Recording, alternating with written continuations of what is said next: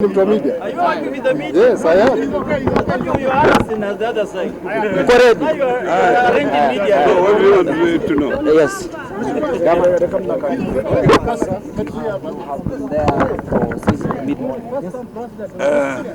Maybe you can tell us what happened. Amjambo wote.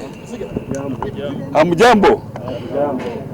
Yeah, I woke up this morning to my house in Karen, only to find a number of policemen there, and they were first detected by my children, who woke me up to tell me that there were policemen outside. They were milling around, so I decided to go out and invite them in. And they said that they had a warrant to search my house, and I told them that before you do that, I will invite my lawyer to be present. So my lawyer came, and they did the search. They took some documents, and they asked me a few questions if I had guns in the house. What business do I do with Baba?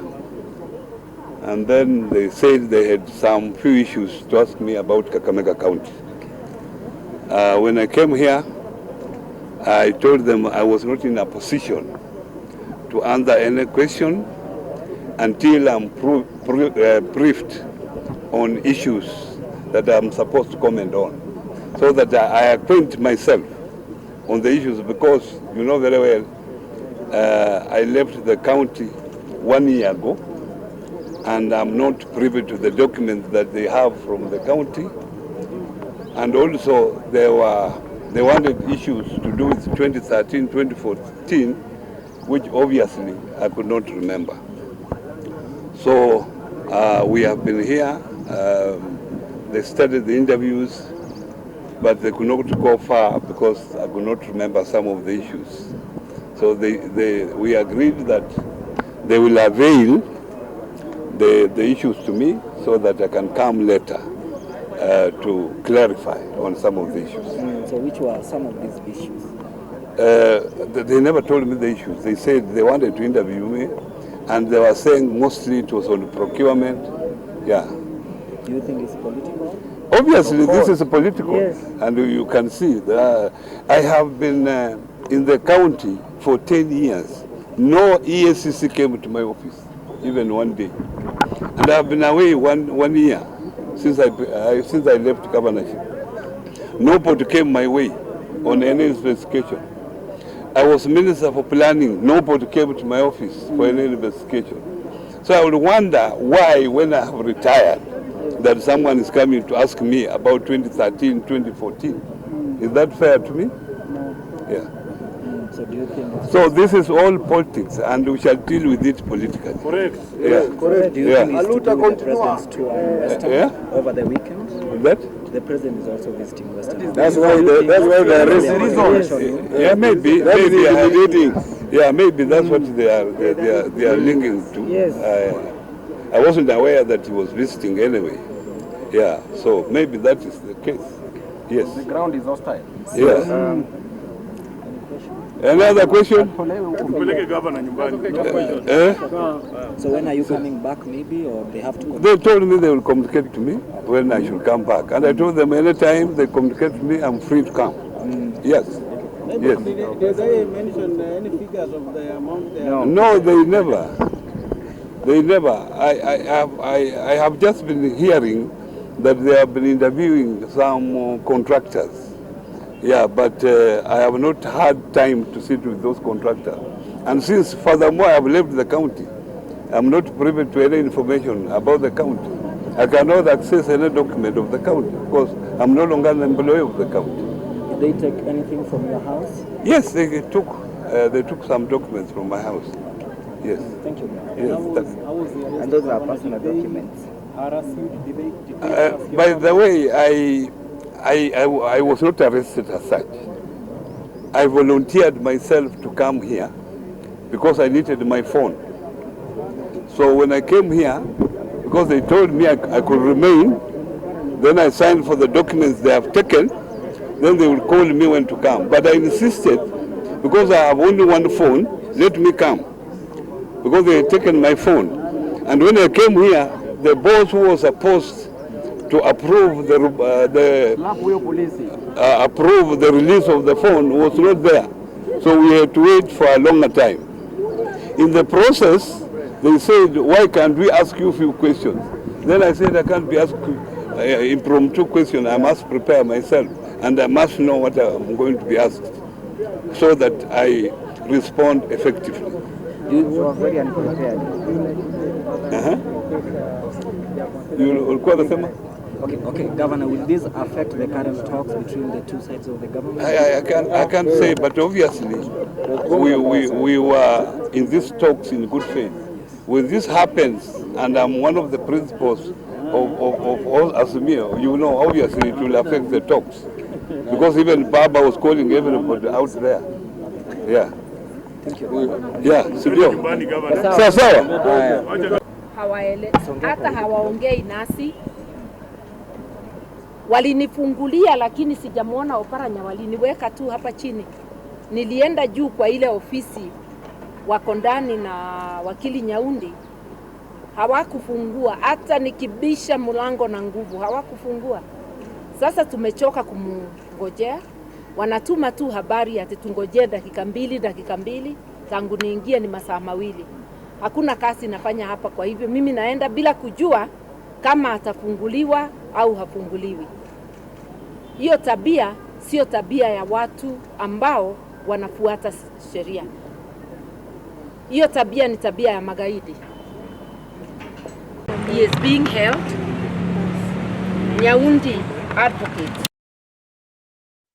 But he called me as senior counsel even though Nyaundi was there. They refused to open.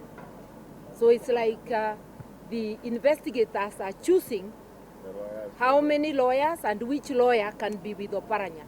So there are so many of us down there. He had called Dunstan. He has called Sifuna. Babu is there. This is Wandai out here and Kioni.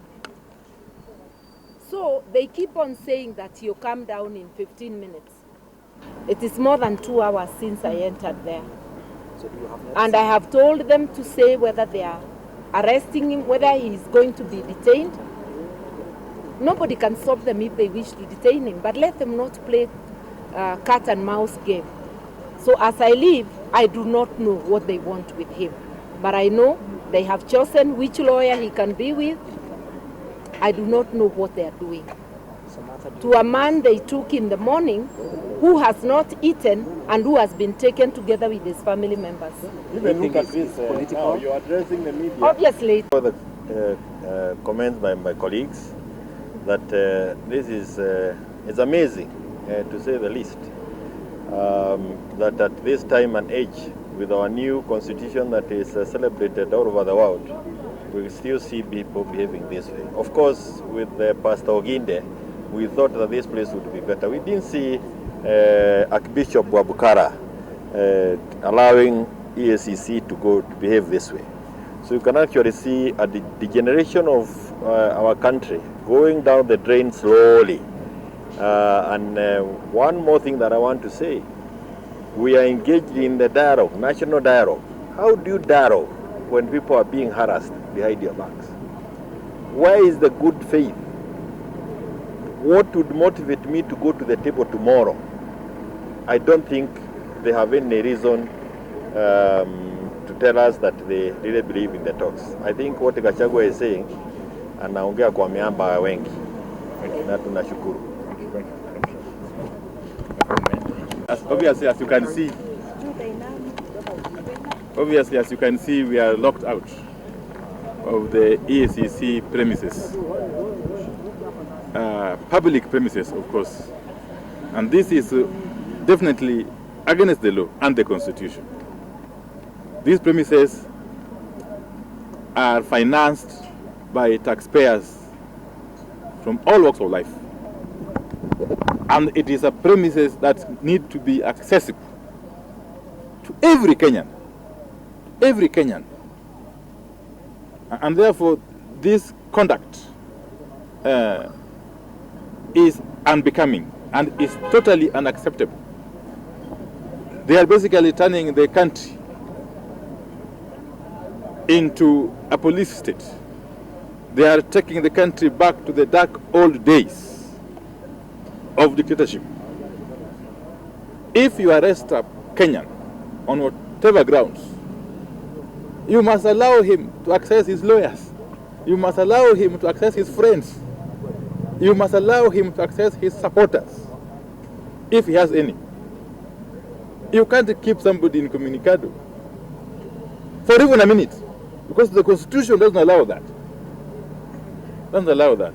And therefore, we take great exception to this decision by the Eacc to barricade these premises and bar us from accessing the Honorable Wyclieff Ambassador Oparanya.